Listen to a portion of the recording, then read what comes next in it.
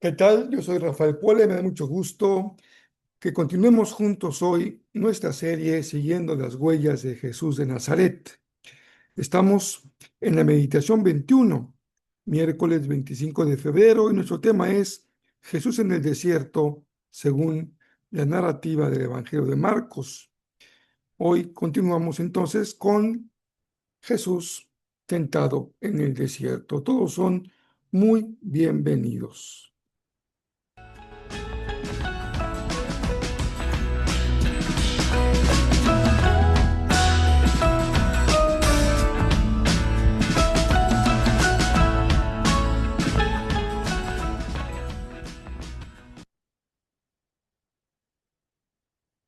Continuamos con nuestra meditación de esta serie, siguiendo las huellas de Jesús de Nazaret. Y es una gran bendición el que podamos contar con el tiempo, el espacio, los recursos para continuar nuestra lectura compartida de los evangelios. Estamos en la etapa de formar una comprensión cada vez más clara de lo que es la vida de Jesús. Seguro que todos tenemos una formación en la que podemos identificar lo más importante de lo que hemos recibido, pero siempre es bueno profundizar, mejorar y acercarnos más a nuestro Maestro. Hoy volvemos al momento definitorio de la tentación de Jesús en el desierto. Se trata de una narración muy breve, solamente son 2 versos de Marcos capítulo 1, versos 12 y verso 13. Dice así: Luego, el Espíritu lo impulsó a ir al desierto, donde Jesús fue tentado por Satanás durante 40 días. Estaba a la intemperie entre los animales salvajes y los ángeles lo cuidaban. Observemos algunos datos interesantes del relato de Marcos. Habla de Satanás. Los relatos anteriores hablan del diablo. Satanás, ¿qué quiere decir? Quiere decir el adversario, el acusador, el que se opone. Y la palabra diablo significa el calumniador, el que divide. Marcos usa la primera expresión, señalando el papel que tendrá aquí el diablo, Satanás, como adversario, como acusador y como aquel que se opone a la tarea, a la misión de Jesús. Encontramos entonces dos fuerzas que se oponen, porque también Marcos usa una palabra muy fuerte para hablar de cómo es que Jesús llegó al desierto. Dice el verso 12, luego el Espíritu lo impulsó.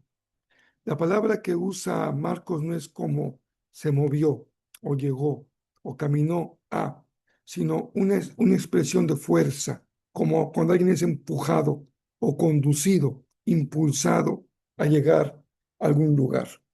Eso nos da esa idea de oposiciones, de dos fuerzas en donde el Espíritu empuja a Jesús, lo mueve a ir al desierto, y el diablo es el acusador, el adversario, el opositor a que se cumpla la misión de Jesús.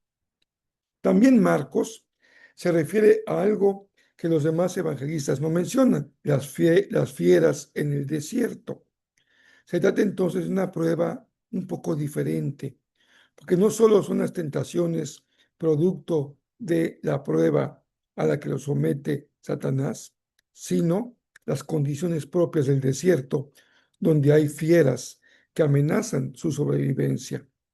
Pero Marcos también señala que en esta condición los ángeles le van a servir. A diferencia de los otros evangelios, también Marcos usa la expresión Jesús era tentado. Es como el verbo en gerundio, está siendo tentado, una acción continua. No es que la tentación vino al final de los 40 días de ayuno, como parece desprenderse del relato de los otros evangelios, sino la tentación se mantuvo permanentemente los 40 días de Jesús en el desierto. ¿Qué son las fieras? Pues son esas figuras que amenazan a Jesús en el desierto. Se refiere a las fieras propias del desierto: chacales, hienas, serpientes, escorpiones, animales amenazantes. Y la figura sin duda de la serpiente nos remite al huerto del Edén con la serpiente antigua. Aquí Jesús no solo recibe la tentación de Satanás por el hambre o por la condición de poder o por la prueba que le pide que haga de su confianza en el poder de Dios, sino que es puesto a prueba por los elementos naturales. Aquí, sin embargo, los escorpiones, las fieras, más allá de una presencia física biológica, que sin duda lo había, tiene un significado espiritual.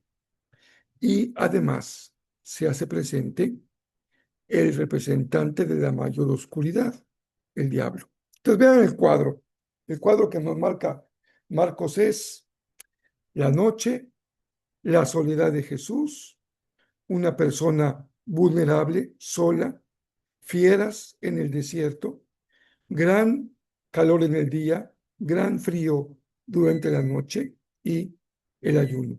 Todo esto hace el escenario de la prueba de Jesús, la tentación de Jesús en el desierto. Algunos comentaristas interpretan la presencia de las fieras del desierto como una relación armónica entre Jesús y el mundo natural, como una señal de lo que será el reino, donde podrán convivir los seres humanos con las especies, incluso las especies que son amenazantes. Creo que no coincido en esta interpretación, porque el desierto es aquí un lugar de prueba, un lugar de tentación. Entonces, la imagen de las fieras no es armónica, por el contrario, la imagen de las fieras es amenazante. Son un ingrediente más de la prueba de Jesús. Como hemos visto, lo sobresaliente en Marcos son tres cosas: el impulso del espíritu para ir al lugar de la prueba, la tentación como un proceso continuo, los 40 días en el desierto, y las fieras con el cuidado de los ángeles que recibió el maestro durante esos días. Una vez más, cuando pensamos en lo que este pasaje significa para nosotros, no debemos establecer un paralelismo, digamos, al detalle entre lo que Jesús vivió y lo que vivimos nosotros. Jesús enfrentó una prueba excepcional. Él es excepcional como hijo de Dios. Es excepcional también su tentación. Es solamente Él quien es tentado 40 días, quien es tentado en ayuno y quien es tentado en el desierto. Es una prueba excepcional. Ni tú ni yo la hemos vivido así.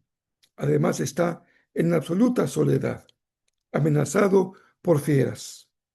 Aunque esto es cierto, la tentación de Jesús es solamente la que él enfrentó como hijo de Dios. Sí es verdad que hay ciertos principios que compartimos en nuestra vida como seguidores de Jesús. También nosotros somos probados, también somos conducidos al lugar de la prueba, también sufrimos tentaciones, y también la prueba y tentación no está fuera de lo que Dios se propone hacer con nosotros. Es parte de un proceso de la vida cristiana. Todo cristiano es probado, todo cristiano es tentado. Alguna vez un joven, yo creo que en tono de broma, terminando una clase, me dijo: oiga, pastor, usted y los maestros del seminario no tienen tentaciones, ¿verdad? Como que ya su estatura espiritual significa que no tienen tentaciones. Bueno, usted puede imaginarse lo que le contesté a este joven. Creo que estaba bromeando conmigo, pero lo que es verdad es que la estatura de Jesús, que es inigualable, también nos lleva a la prueba de Jesús y la tentación que enfrentó, que es inigualable. También una vida cristiana ha de ser probada, pero todos somos probados en la medida de nuestra fortaleza y de nuestras capacidades. Nunca hay una prueba que enfrentar que nos rebase en nuestra condición humana. La prueba, en general, tiene como propósito purificar la vida, purificar el carácter, fortalecernos. En Jesús también tiene como propósito su identidad y su victoria sobre Satanás y el diablo. Pero tanto Jesús como nosotros, en medio de cada prueba y tentación, somos auxiliados. Tenemos ángel que nos cuida de día y de noche y contamos con el Espíritu que está en nosotros y que es nuestra garantía y es nuestra fortaleza. Pero Juan, algunos consideran, y creo que tienen razón, está teniendo muy en mente, bueno, me refiero al Bautista, pero estoy hablando del Evangelio de Marcos, tiene en mente 1 de Reyes 19, 4 al 8. Dice así el pasaje de Primera de Reyes, una historia también muy, muy hermosa. Hermosa por cómo relata, aunque el tema es también duro. Luego siguió solo todo el día hasta llegar al desierto. Está hablando de Elías. Se sentó bajo un solitario árbol de retama y pidió morirse. Basta ya, Señor, quítame la vida, porque no soy mejor que mis antepasados que ya murieron. Entonces se acostó y durmió debajo del árbol. Mientras dormía, un ángel lo tocó y le dijo, levántate y come. Elías miró a su alrededor y cerca de su cabeza había un poco de pan horneado sobre piedras calientes y un jarro de agua. Así que comió y bebió y volvió a acostarse. Entonces el ángel del Señor regresó, lo tocó y le dijo, levántate y come un poco más. De lo contrario, el viaje que tienes por delante será demasiado para ti. Entonces se levantó, comió y bebió. Y la comida le dio fuerza suficiente para viajar durante 40 días y 40 noches hasta llegar al monte Sinaí, la montaña de Dios. Una historia sin duda diferente, pero también nos ubica en el desierto. Elías viaja a través del desierto y para él es una prueba prácticamente insoportable. Termina exhausto y quiere morir, pero el Señor envía a su ángel para que vea por él y lo alimente. Ambos relatos describen a un enviado de Dios en el desierto durante 40 días. Ambos se refieren al sostenimiento que le da la ayuda divina en medio de una experiencia decisiva. En el caso de Elías, huye agotado y desanimado, y un ángel lo alimenta para que continúe su misión. En el caso de Jesús, el Espíritu lo conduce al desierto, donde va a enfrentar la tentación y va a ser servido por ángeles.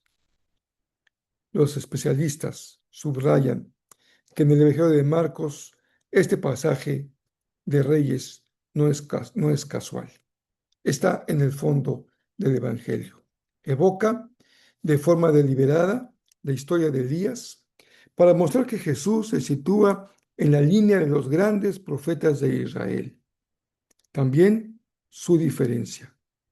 Mientras Elías atraviesa una crisis personal y requiere fortaleza, Jesús aparece firme ante la prueba y comienza desde ahí el enfrentamiento decisivo contra el mal.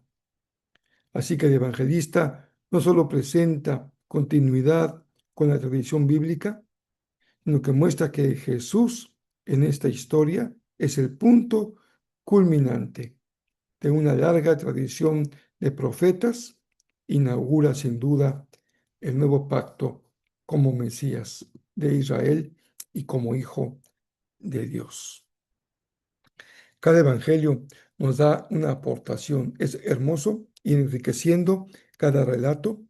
Y en Marcos, esta brevedad no significa escasez de enseñanza. Breve, 2 versos, pero lleno de enseñanza. Espero que sea para ustedes de bendición y si Dios nos presta vida, por aquí seguimos mañana siguiendo las huellas de Jesús de Nazaret.